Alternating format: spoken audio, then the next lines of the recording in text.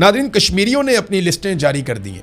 Joint अवामी action committee ने, ये काम वैसे पाकिस्तान तहरीक इंसाफ को भी करना चाहिए था, आज तक नहीं कर पाई। इतनी बड़ी पॉलिटिकल पार्टी है कि हमारे कौन कौन लोग शहीद हुए, किस तरह का डाटा आना चाहिए। डाटा देखें उन्होंने कैसे ज़बरदस्त तरीके से, जो जॉइंट अवामी एक्शन कमेटी है उन्होंने 42 शोहदा का डाटा जारी किया अपने, और इसी दौरान में सब कुछ हुआ।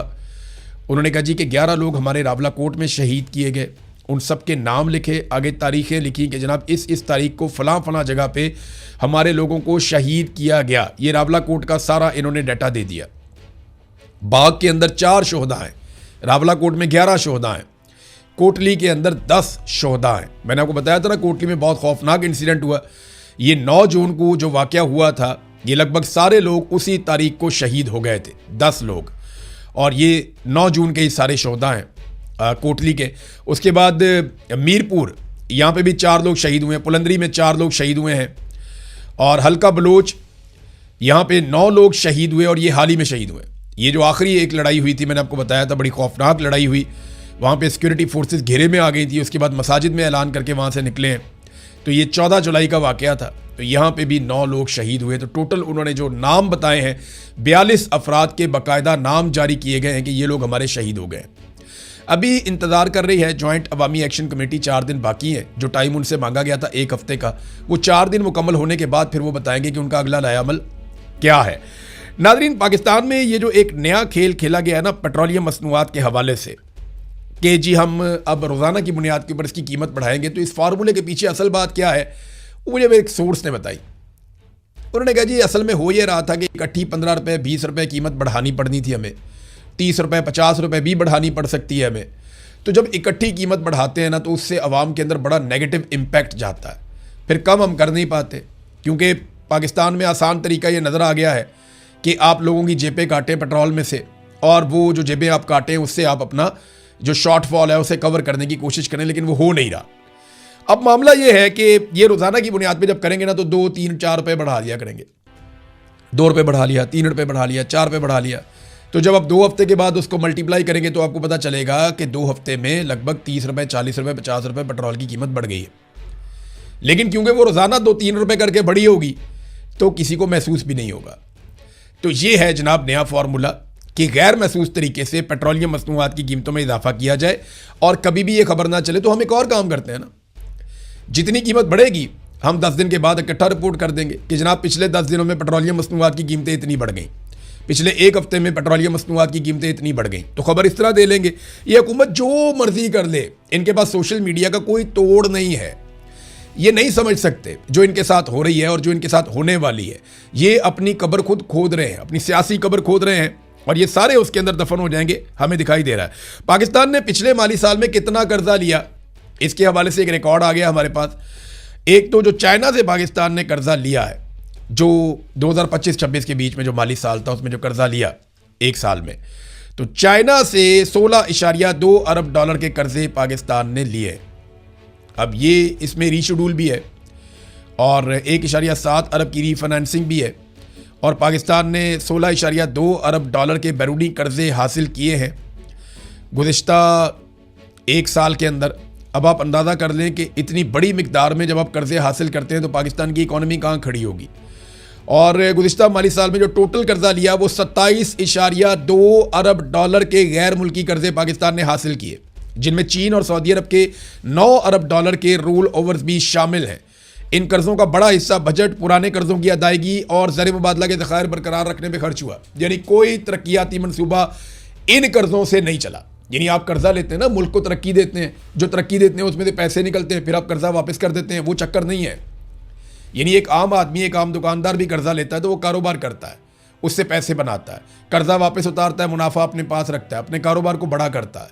तो मुल्क भी ऐसे ही करते हैं। लेकिन हमने कर्जा जो लिया वो कर्जे उतारने के लिए लिया, या ज़र मुबादला के ज़खायर को मुस्तहकम रखने के लिए लिया, या डॉलर को कंट्रोल करने के लिए लिया। तो हमने जो कर्जा लिया उसका सिर्फ 13% हमने तरक्याती मनसूबों पे खर्च किया, और 13% में भी आपको पता है आधा चला जाएगा कमीशनों के अंदर। तो पाकिस्तानियों पे क्या लगा, 5 से 6%, 7%। तो जितना पाकिस्तानियों के नाम के ऊपर कर्जा लिया गया उसका 10% भी पाकिस्तानियों के ऊपर खर्च नहीं किया गया, इनकी नलायकियों के ऊपर खर्च हुआ। तो ये नादरीन इस वक्त सिचुएशन है। अब आ जाए जो बड़ी खबर है ईरानी सफ़ीर का एक स्टेटमेंट आया और प्रॉब्लम यह है कि जंगबंदी ख़त्म हो गई अमेरिका और ईरान के बीच में। अमेरिका आबना हुर्मुज़ को ज़बरदस्ती खोलना चाहता है, ईरान उसके ऊपर रद्द-ए-अमल देता है, फिर अमेरिका ईरान के ऊपर अटैक करता है। ईरान जो है वो वापस जितने भी अरब ममालिक में अमरीकी फ़ौजी अड्डे हैं उनके ऊपर अटैक करता है। ईरान ने इस मरतबा ज़्यादा अटैक किया है उर्दन पे, और उर्दन पे अटैक क्यों कर रहा है, अगर आप नक्शा देखें तो आपको समझ आएगा कि उर्दन ढाल है इसराइल की, यानी इसराइल से पहले बहुत बड़ा एरिया है उर्दन का। इसराइल जो भी मिसाइल पहुंचता है या जो भी ड्रोन इसराइल में पहुंचता है वो उर्दन से होकर पहुंचता है, और उर्दन की फ़िज़ा के अंदर 70% 60% वो मिसाइल या ड्रोन तबाह कर दिए जाते हैं जो इसराइल के लिए जा रहे होते हैं। तो उर्दन ने हमेशा इसराइल के लिए एक ढाल का काम किया। अब ईरान उस ढाल को तोड़ने पे काम कर रहा है। ईरान ने इसराइल को कोई बम नहीं मारा, इसराइल के ऊपर कोई बड़ा अटैक नहीं किया, लेकिन उसके जो हमले हैं वो कुवैत के ऊपर, यूएई के ऊपर, और अब हाल ही में 4 महीने के बाद ईरान ने पहला हमला किया सऊदी अरब के ऊपर भी। यानी 4 महीने से कोई हमला नहीं किया था, अभी सऊदी अरब पे उसने अटैक किया है। तो कतर पे, कुवैत पे, यूएई पे, इराक पे, यहाँ पे वो अटैक कर रहा था, लेकिन उर्दन पे सबसे ज़्यादा हमले किए हैं, और जो वहाँ फ़िज़ाई दिफाई निज़ाम लगे हुए उर्दन में उनको वो तबाह कर रहा है, ताकि कल को अगर वो इसराइल पे अटैक करे तो रास्ते में उसके मिसाइलों को या ड्रोन्स को रोका ना जा सके। अब जो ईरानी सफ़ीर हैं पाकिस्तान में वो क्या कहते हैं कि पाकिस्तान की जो चंद माह की सालसी है ये 14 नकात पर मुश्तमिल एक याददाश्त थी, और इस पर इत्तफाक हुआ था। फैसला किया गया था कि मुज़ाकरात 6 माह बाद दोबारा शुरू किए जाएंगे। ताहम अमरीका ने इस मफाहमत की याददाश्त की शराइत के बरक्स मनमानी तशरीह की और आबना हुर्मुज़ के कुछ हिस्सों पर कंट्रोल हासिल कर लिया। जो मैदान में वो हासिल नहीं कर सका वो मुआहदे की आड़ में वो करने की कोशिश कर रहा था, तो ईरान ने जनाब इसको कबूल नहीं किया, और ये मफाहमती याददाश्त की खुली खिलाफ वर्जी थी। अब अमरीका ने मफाहमत की याददाश्त की शराइत और बैनुल अक़वामी असूलों के बरक्स एक जंग का आगाज़ कर दिया है और इंफ्रास्ट्रक्चर को तबाह कर रहा है।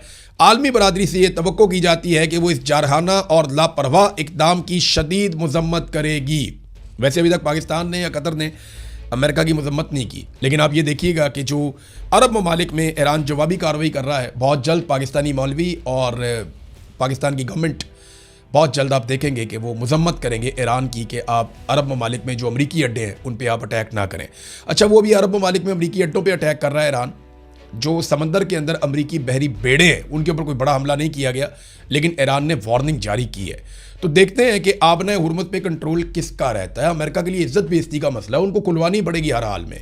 उनकी प्रॉब्लम भी कोई नहीं समझ रहा, उन्हें हर हाल में आबना हुर्मुज़ को खुलवाना पड़ेगा, उनकी साख खत्म हो जाती है अगर वो ये नहीं करते। और ईरान वो काबू करके बैठा हुआ कि मैं तो नहीं इसको अब खोलने दूंगा। ईरान को एक ऐसी चीज़ मिल गई है, सोने की चिड़िया, वो समझ गया है कि ये है उसकी एक स्ट्रेटेजिक एक डेप्थ, यानी जहाँ पे कंट्रोल करके वो बड़े बड़े हमलों से और बहुत सारी चीज़ों से अपने आप को बचा सकता है। तो अब ईरान भी पीछे नहीं हटना, अमेरिका भी नहीं हटता, और हम सालिस के तौर पे छोटे मोटे सालिस से हम क्या कर सकते हैं, इंतज़ार ही कर सकते हैं। अब तक के लिए इतनी, अपना ख्याल रखिएगा, अपने चैनल का भी। अल्लाह हाफ़िज़।